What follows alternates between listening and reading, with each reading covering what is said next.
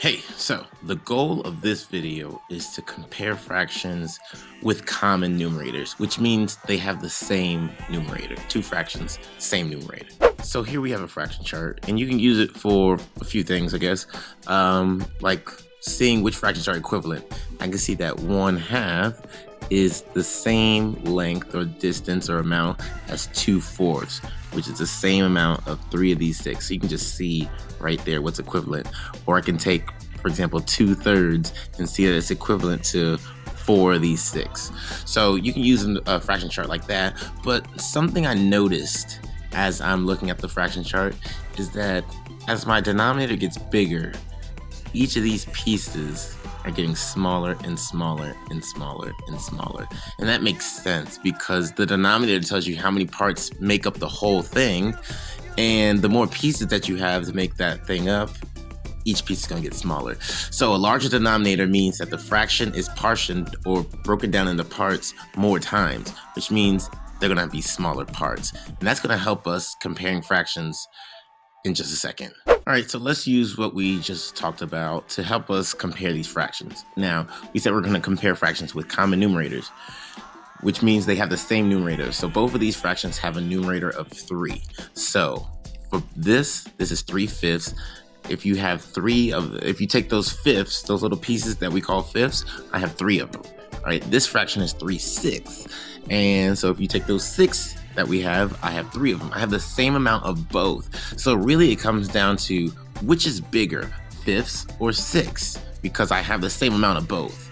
So if we were to look at what those pieces look like, we can see that fifths are a little bit bigger than 6. So if I have 3 of both of them, then I know that 3/5 is going to be larger, or 3/5 is greater than 3/6. Again, that's because fifths are bigger than 6, and I have the same amount of both.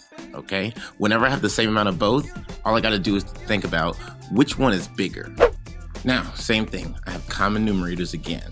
I have 2 of both of these, so I got to ask myself, which one is larger, 4ths or 8ths?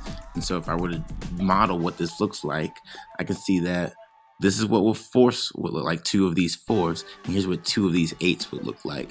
And so since I see that the 4ths are bigger than the 8ths and I have the same number of both, then that means that 2/4 is greater than 2/8. Again, 2 fractions, common denominators, common numerators, okay?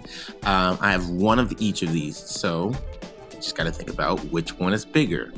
Which piece is bigger, not which denominator is bigger, which piece is bigger, thirds or halves, okay?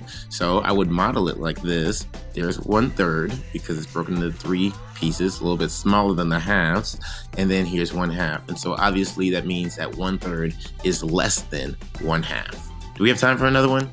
I think we do. One more. Okay, this last one's gonna be a little bit more challenging, okay? Don't freak out, all right? So 1/3 compared to 3/8. Now, I know they don't have common numerators, so why are we doing this? Because we can make them have common numerators. We can find an equivalent fraction for 1/3, so it does have a numerator of 3. Here's what I mean. We have 1/3, and we know we can find equivalent fractions by multiplying by 1, or a fraction that equals 1.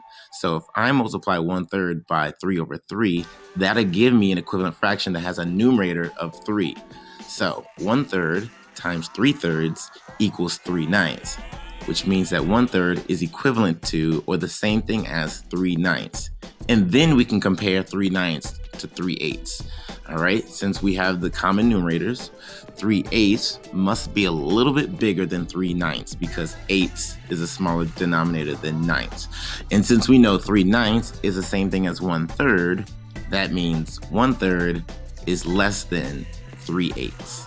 Okay, and here's what it would look like. Here's 3/9, 1/9, 2/9, 3/9, 1/8, 2/8, 3/8. 3/9 is a little bit smaller than 3/8, and as we just saw, that 1/3 is equivalent to 3/9, which means again 1/3 is less than 3/8. All right, you rock.